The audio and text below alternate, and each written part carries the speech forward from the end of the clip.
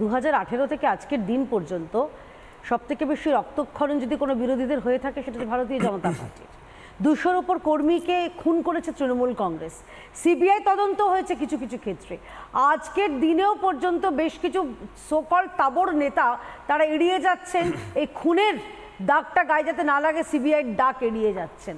আশা করছি তাদেরও ওই শাহজাহানের মতন ফলাফল হবে, সেটা পরের কথা।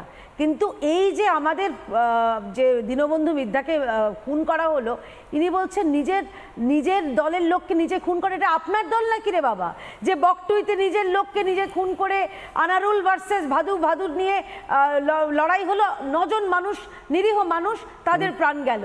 এটা ভারতীয় জনতা পার্টি।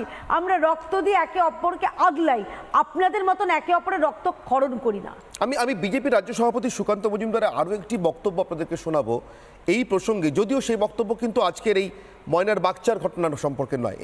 এই বক্তব্যটা কিন্তু একেবারে আজকের নির্বাচন কেন্দ্রিক, কিন্তু সেই বক্তব্যের দুটো অংশ অত্যন্ত গুরুত্বপূর্ণ। একটা, দুষ্কৃতীরা এখনও অনেক দুষ্কৃতী বাইরে রয়েছে, আর তার সঙ্গে সঙ্গে সুকান্তবাবু বলছেন যে এই নির্বাচনের টাকা ওড়ানো হচ্ছে। আমি ঝন্টুবাবু আগে আপনার কাছ থেকে জানতে চাইব, বিজেপি রাজ্য সভাপতি, নির্বাচন পর্ব চলছেন, তার মধ্যে একজন বিজেপি কর্মী খুন হলেন। এই মুহূর্তে কিন্তু নিরাপত্তা ব্যবস্থা সর্বোচ্চ থাকার কথা, সেখানে ঠিক 1 বছরের ব্যবধানে বিজয়কৃষ্ণ ভূঁইয়ার পর দীনবন্ধু মিদ্যা। আর ওদিকে বিজেপি রাজ্য সভাপতি বলছেন তার নির্বাচন কেন্দ্র দেদার টাকা উঠছে, তার সঙ্গে অনেক দুষ্কৃতী বাইরে আছে। এটা কি আদর্শ নির্বাচন পরিস্থিতি? আমি দুটো অ্যাসপেক্ট বলি, কেন নির্বাচনের সময় এরকম খুন হয় বিরোধীরা। এটার কিন্তু একটা নির্বাচনী সন্ত্রাস শুধু নয়, নির্বাচনকে কন্ট্রোল করার একটা সোশ্যাল পলিসি মেকানিজম। তোমাকে আমি কেন বলি, হিংসা তো একটা জিনিস, নির্বাচনকে কন্ট্রোল করার বা কারসাজি করার একটা উপযুক্ত জায়গা। দেখো আজকে 2nd দফা ভোট এবং একটা হেভিওয়েট কেন্দ্র হচ্ছে বালুরঘাট। তার আগের রাতে তুমি একটা যখনই দেখলে বিরোধী অপোনেন্টের একজন কর্মী খুন হলেন এবং তার বাড়ির লোক স্পেসিফিক করে বলছে কোন দল খুন হলো না হলো, কে করেছে স্পেসিফিক, এতে কিন্তু দূরবর্তী যে অঞ্চলগুলো যেখানে তুমি এই ধরো বালুরঘাট, দার্জিলিং বা রায়গঞ্জে ভোটটা হচ্ছে, সেখানে কিন্তু একটা ইম্প্যাক্ট তৈরি হয়। সেই ইম্প্যাক্টটা কিন্তু হিংসা বিধ্বস্ত এই এলাকাগুলোতে যারা অপোনেন্ট তারা কিন্তু ভোটমুখী হতে ভয় পায়। এই ভোটমুখী হতে ভয় পাওয়া মানে বিপক্ষকে ভোটমুখীকরণের ক্ষেত্রে বাধা দেওয়াটার একটা ইনডিরেক্ট এফেক্ট। দ্বিতীয়, সকাল থেকে তুমি দেখবে বালুরঘাট কেন্দ্রটা কিন্তু টার্গেট গ্রুপ হয়ে গেছে তৃণমূলের। এখানে এক্সিস্টিং বিধায়ক 2019-এর এবং একটা হাই প্রোফাইল ক্যারেক্টার, তিনি এই রাজ্যের রাজ্য সভাপতি বিরোধী দলের, কত বড় সাংবিধানিক পোস্ট একটা, সেখানে গিয়ে তাকে সাংসদ এবং সে একটা দলেরও একটা বড় পদে আছে, তাকে ঘিরে রেখেছে কারা, কি অকথ্য ভাষায় মহিলারা গালাগালি করছে, মানে মহিলাদের লেলিয়ে দেওয়া একটা পুরুষের এই মেকানিজমটা কিন্তু তৃণমূল সূক্ষ্মভাবে অ্যাডপ্ট করেছে। ধরো সাংসদকে ওইভাবে হেরস্তা করছে, তো সুকান্ত বাবুর গাড়ি থেকে তাকে হাত ধরে টেনে নামানোর চেষ্টা করছেন এক পুলিশ কর্মী।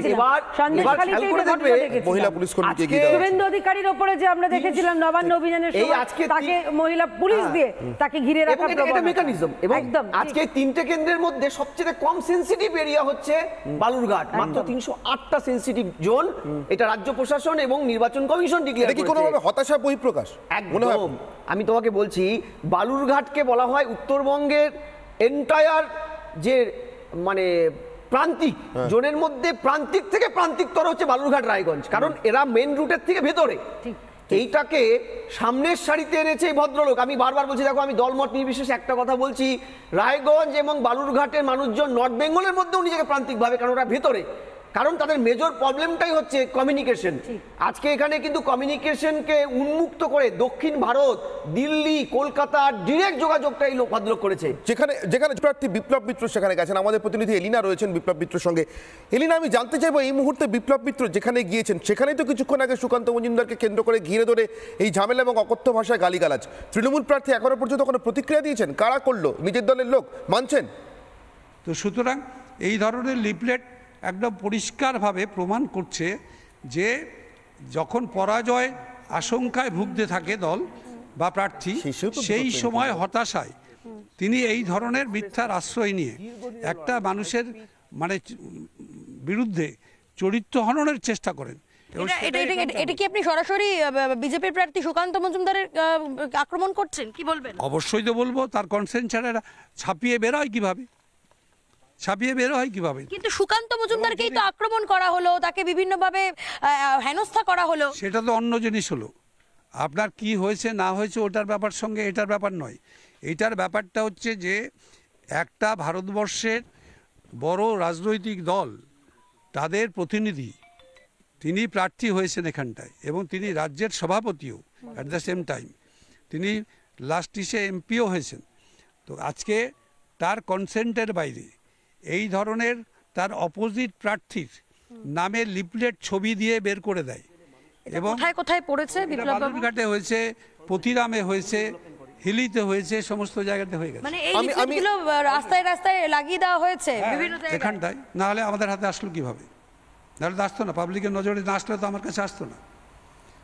আমি তো এখানটায় এখনো পর্যন্ত যাইনি ওইসব জায়গাতে। এখনো পর্যন্ত বিপ্লববাবু একটা প্রশ্ন আপনাকে করি, এখনো পর্যন্ত বিভিন্ন জায়গায় যেমন সুকান্ত মজুমদারকে হেনস্থা করা হয়েছে, এছাড়াও তৃণমূলের দলবলের বিরুদ্ধে অভিযোগ উঠছে বিক্ষিপ্ত ঘটনা, যেখানে ভোটারদের তারা ঢুকতে দিচ্ছে না, ভোটারদের হুমকি দিচ্ছে, ভোটারদের শাসানি দিচ্ছে, কি হচ্ছে? আপনারা যে অভিযোগগুলো পেয়েছেন সেই জায়গায় আমি বলবো আপনাদের সরাসরি সরজমিনে চলে যাওয়া দরকার, অ্যাকচুয়ালি কোনো ঘটনা ঘটেছে কিনা। আপাতত তোমাকে ধন্যবাদ এলিনা, তুমি বিপ্লব বাবুর সঙ্গে থাকো এবং বিপ্লব বাবু এরপরে কোথায় যান নিশ্চিতভাবে সেদিকেও আমাদের নজর থাকবে, এবং অবশ্যই নজর থাকবে বালুরঘাটে বিজেপি রাজ্য সভাপতি সুকান্ত মজুমদারের এবারের নির্বাচনকে কেন্দ্র করে আর কি ঘটে। আপাতত হিলি এবং পতিরামে বিপ্লব মিত্র পাল্টা অভিযোগ করছেন, সেখানে কিছু অনিয়মের অভিযোগ তিনি পেয়েছেন, সেখানে তিনি যান কিনা শেষ পর্যন্ত আমরা দেখবো। কিন্তু সুকান্ত মজুমদারের এই ছবিটা দিনের শুরুতেই অত্যন্ত একটা খারাপ ছবি হয়ে থাকলো বিজেপি রাজ্য সভাপতি এবং বালুরঘাট কেন্দ্রের প্রার্থীকে ঘিরে এইভাবে গালিগালাজ। উল্টো দিকে আজকেই মালদাতে আসছেন প্রধানমন্ত্রী নরেন্দ্র মোদী নির্বাচনী প্রচারে, সেখান থেকে রয়েছেন আমাদের প্রতিনিধি পিঙ্কি। সরাসরি চলে যাব পিঙ্কির কাছে। পিঙ্কি, কিছুক্ষণের মধ্যে প্রধানমন্ত্রীর সভা সেই মালদায়, যে মালদা গতবার বিজেপিকে প্রথম খালি হাতে নয় কার্যত ভর্তি হাতে ফিরিয়েছিল। এই কারণে বলবো একটি আসনে তারা জয় পেয়েছিলেন এবং আরেকটি আসনে খুব ক্লোজ ফাইট হয়েছিল। এহেন মালদাতে আজকে আবার নরেন্দ্র মোদী, এই মুহূর্তে মুড কি?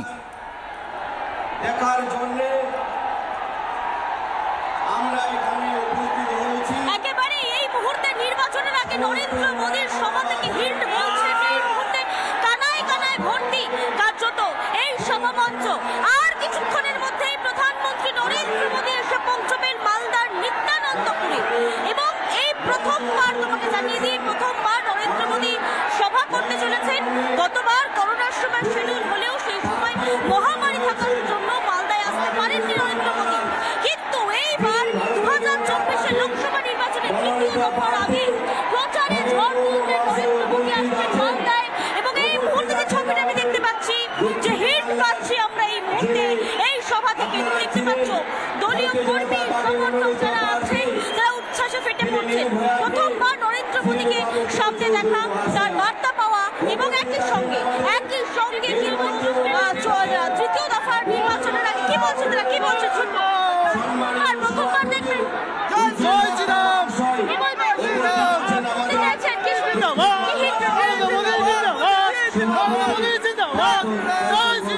কর্মী সমর্থকদের মধ্যে উচ্ছ্বাস দেখতে পাওয়া যাচ্ছে। যারা এখানে প্রথমবার ভোটার রয়েছে তাদের সঙ্গে একবার কথা বলবো, যারা এখানে যুবরা রয়েছে তাদের সঙ্গে কথা বলবো, মহিলা কর্মী সমর্থক যারা রয়েছে তাদের সঙ্গে কথা বলবো। একই সঙ্গে প্রচুর মানুষজন এখানে এসেছেন, কি বলছেন তারা, আমি তাদের সঙ্গে কি শুনতে চাইছেন, কি শুনতে চাইছেন মোদীর কাছ থেকে। সামনে ভোট, তৃতীয় দফার মাননীয় প্রধানমন্ত্রীকে আমরা অভিনন্দন এবং স্বাগত জানাচ্ছি। হ্যাঁ, এর জন্য অশেষ ধন্যবাদ। নরেন্দ্র মোদী জিন্দাবাদ। মালদার আবহাওয়া বলছে আজকের থেকে লু বইবে মালদায়। আজকের আবহাওয়া, আজকে তীব্র দাবদাহ, কার্যত 42 ডিগ্রি তাপমাত্রা এই মুহূর্তে, কিন্তু কোথাও উচ্ছ্বাসে থামতে নেই, বরং এই মুহূর্তে একদিকে প্রস্তুত হয়ে রয়েছে মালদা, পুরো মালদাবাসী। স্টুডিও থেকে আমি তাদেরকেও বলবো এই ছবিটার দিকে নজর রাখতে। পিঙ্কি আমাদেরকে যে ছবিটা দেখাচ্ছেন, অবশ্যই এখানে বিজেপির একেবারে ডেডিকেটেড সমর্থক কর্মী তারা রয়েছেন। কিন্তু ঝন্টুবাবু, আমি একটা কথা আপনার কাছে বলে আমি একটা বিরতিতে যাওয়ার সময় আমি আপনার কাছ থেকে একটা প্রশ্ন শুধু উত্তর চাইবো। আমি 2014 মধ্যপ্রদেশে বিধানসভা নির্বাচন কভার করতে গেছিলাম, শিবরাজ সিং চৌহানের বিপুলভাবে ফিরে আসার নির্বাচন। সেই নির্বাচন কভার করতে গিয়ে আমি দেখেছিলাম বিভিন্ন সংখ্যালঘু অধ্যুষিত মহল্লাগুলোতে, বা যেখানে সংখ্যালঘুরা সংখ্যায় বেশি, সেখানে একের পর এক গেরুয়া ঝান্ডা উঠছে। আমি সাংবাদিক হিসেবে একটা রাইডার দিয়ে একটি কথাই বলেছিলাম আমার পিটিসিতে, আমার এখনও মনে আছে, যদি এই গেরুয়া পতাকা যেগুলো উঠছে এগুলো স্বতঃস্ফূর্তভাবে লাগানো হয়ে থাকে তাহলে শিবরাজ সিং চৌহানের জয় নিয়ে কোনো চিন্তা নেই, বরঞ্চ তিনি কত মার্জিনে জিতবেন সেটাই এখন চিন্তার বিষয়, মানে বিরোধীদের জন্য। মালদা এমন একটা জেলা, কথায় কথায় বলতে বলতে একসময় বলা হতো এখানে তো এত সংখ্যালঘু, মানে অ্যাজ ইফ বিজেপি এবং সংখ্যালঘুদের মধ্যে কোনো ভয়ঙ্কর রকম বৈরিতা আছে যা গোটা ভারতের বাকি রাজ্য প্রমাণ করে না। এই ছবিটা কি প্রমাণ করছে ঝন্টুবাবু? আমি প্রথমেই বলি, দেখো যে ভদ্রলোক আজকে মিটিংয়ে আসছেন দেশের প্রধানমন্ত্রী শুধু নয়, ভারতের জাতীয়তাবোধের একটা প্রতীকীর রূপ পেয়েছে। এই জাতীয়তাবোধে হিন্দু আর মুসলমান, শিখ, জৈন, ঈসাই নেই। এই জাতীয়তাবোধটা একটা কমন জাতীয়বোধ প্ল্যাটফর্ম। এই প্ল্যাটফর্মটা স্বতঃস্ফূর্ততা থাকে। আমি তোমায় বলি, এই নির্বাচনী মঞ্চে কিছুদিন আগে, সপ্তাহখানেক আগে মমতা ব্যানার্জি গেছেন, তখন আমি ওখানটা উপস্থিত একটা নির্বাচনী সার্ভেতে। একটা চ্যানেলে আমি লাইভ তাদের দেখিয়েছি, দেখুন অবস্থাটা, যে সংখ্যালঘু ভোট ব্যাংক কার্যত মমতা ব্যানার্জির দল নিজেদের মনে করে। মমতা ব্যানার্জি তো বারবার বলেন তারা দুধেল গাই, নিজেদের প্রোডাক্ট মনে করে। সেই সংখ্যালঘু এরিয়ায় মমতা ব্যানার্জির স্বতঃস্ফূর্ততার এমন চেহারা যে পিছন দিকের চেয়ারগুলো ভর্তি হয়নি বলে মমতা ব্যানার্জি মুহুর্মুহু খেপে যাচ্ছেন। ঠিক, এটা সিগনিফিকেন্ট, সিম্বলিক। আর আমি দ্বিতীয় কথা বলছি, দেখো সংখ্যালঘুদের মধ্যে কিন্তু আমরা ভাবি ওরা গোড়া হ্যান ত্যান, আমি একদম বিশ্বাস করি না। শিক্ষার আলোয় ওরাও কিন্তু what is right what is wrong বোঝে, না হলে ইউপি এদের চাইতে বেশি সংখ্যালঘু বেল্ট একেবারে মানুষ, তারা কি করে মানুষ ধর্ম সম্প্রদায় নির্বিশেষে তখনই গোড়া হন যখন তিনি শিক্ষিত হন না।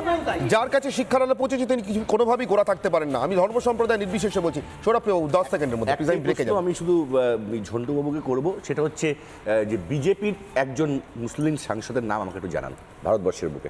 তাতে কি এসে গেল সৌরভ?